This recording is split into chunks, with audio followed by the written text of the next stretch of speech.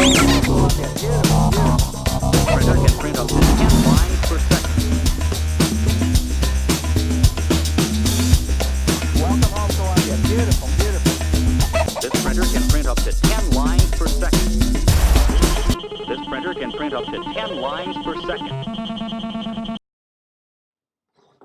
Welcome to lesson 33. I'm calling this one Nervous Button. And this is what it looks like. So we have a little button down here, it says go. If I reload, it's a random position basically. It's a randomly located button. So every time I reload, it's in a different location. Now if I get close to it with my mouse here, it gets nervous. That's why I call it Nervous Button.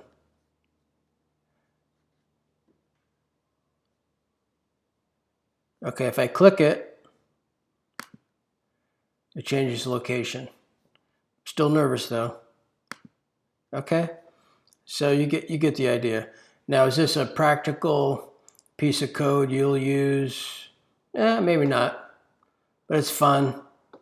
Maybe you would put something like this in a website and just to kind of have fun with your visitors. Okay, so this is what the code looks like. Go ahead and copy this down here, and then I'll move this code so you can see the bottom of it.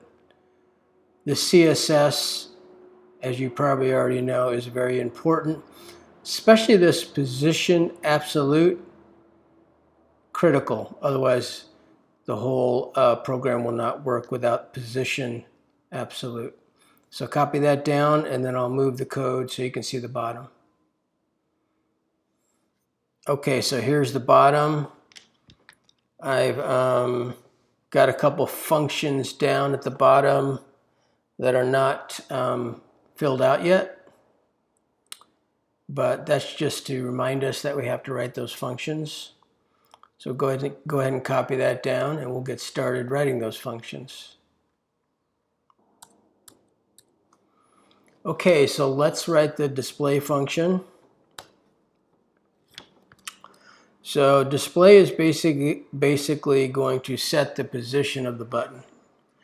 So we need to grab that button variable we created, btn, style, left. This is going to be the position of the button from the left edge of the page.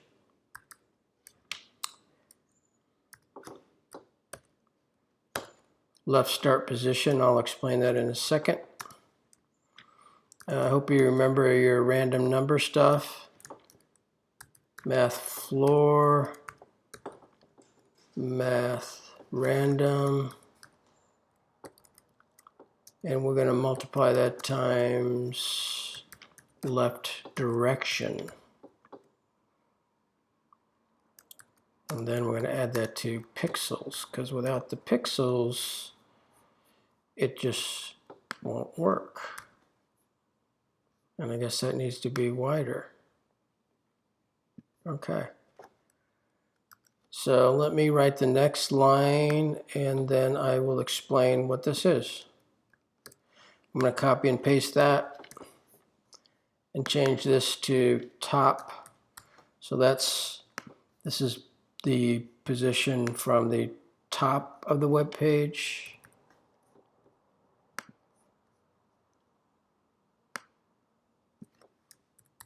Okay, so get rid of the space here. So what we're saying is set the button position, setting from the left side of the page, add left start position to some random number times left direction. Okay, so left direction isn't going to be, you're not going to know really what that means until we write the nerves function. That'll become clear then.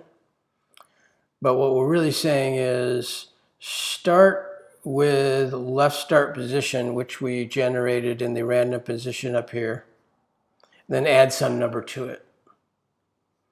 Start at the top, which we generated with this random position function, and then add some number to it. And that number is what makes it look nervous. And that number is changing all the time. Okay, so it's changing every 50 milliseconds. And that's up here. Interval ID equals set interval nerves 50. I will explain the nervous on and nervous off functions after we write the nerves function. Okay, nerves. Okay, in nerves, we're picking a random number in order to decide which direction to move the button. So if math random, and remember math random gives us a number between 0 and 1, not including 1, and that's decimal number. If math random is less than 0.5, then let's say left direction equals -7. The 7 is arbitrary. Okay. I'll explain this in one sec. Else left direction equals 7. Okay, so what's going on there? We're picking a random number. 0.5 is right in the middle between 0 and 1. So what we're saying is if it's less than that, 50% chance it's going to be less than that, and a 50% chance it's going to be greater than that. So we're saying it's almost like tossing a coin, heads or tails. If it's less than that, then set left direction to -7. Otherwise, set left direction to 7 or +7. So what we're saying that is, are we moving negatively backwards to the left, or are we moving forward to the right? So that's what that's determining. And it needs to be random because this button needs to move in a random way. Otherwise, it won't look like a nervous button. Now you might be looking at that and asking, okay, where are the curly braces after the if statement? Well, the answer to that is if you only have one line of code after an if statement, you don't need curly braces. If you have more than one line, you do. So I only have one line after this if statement, no curly braces. And I only have one line after the else statement. So I don't need curly braces. Normally I would put the curly braces in, except I wanted this to be more compact. Okay? So that's no different than the other if statements we've been using. So this first part determines, are we moving left or are we moving right? The second part, and I'm just going to copy this first part, will determine if we're moving up or down. So top direction and top direction. So top direction negative actually means we're moving up. Top direction positive means we're moving down. And again, the 7 is arbitrary. That could be any number. The reason I picked 7 is I experimented with this and I decided 7 looked the best. So, and then after we determine left direction and top direction, we need to call display. And let's look at display. So here's display, which we just wrote. Okay, so now let's look at display once more. Display is like the final output because we need to actually move the button. In the nerves function, we're not moving anything. We're not moving anything until we adjust the style left, style.left, and style.top. Okay, so we're saying style.left, take whatever the left start position was and add a number to it.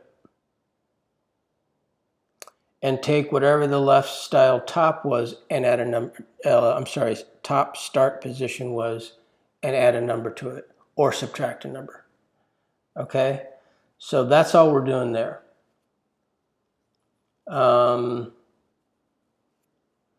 So the nerves function is determining direction. And then when you go down to here to the display function, you're probably wondering, well, why do we have more random stuff in there? Well, this is really determining how much we're moving. So left direction is a direction, -7 or +7. And this random number here is a number between 0 and 1 again. So if we multiply that times 7, it's between 0 and 7, or 0 and -7. Okay, so again, left direction is a direction, -7 or 7, and we're picking a random number and deciding, okay, are we moving 7 places, or are we just moving like 1 place, 1 pixel?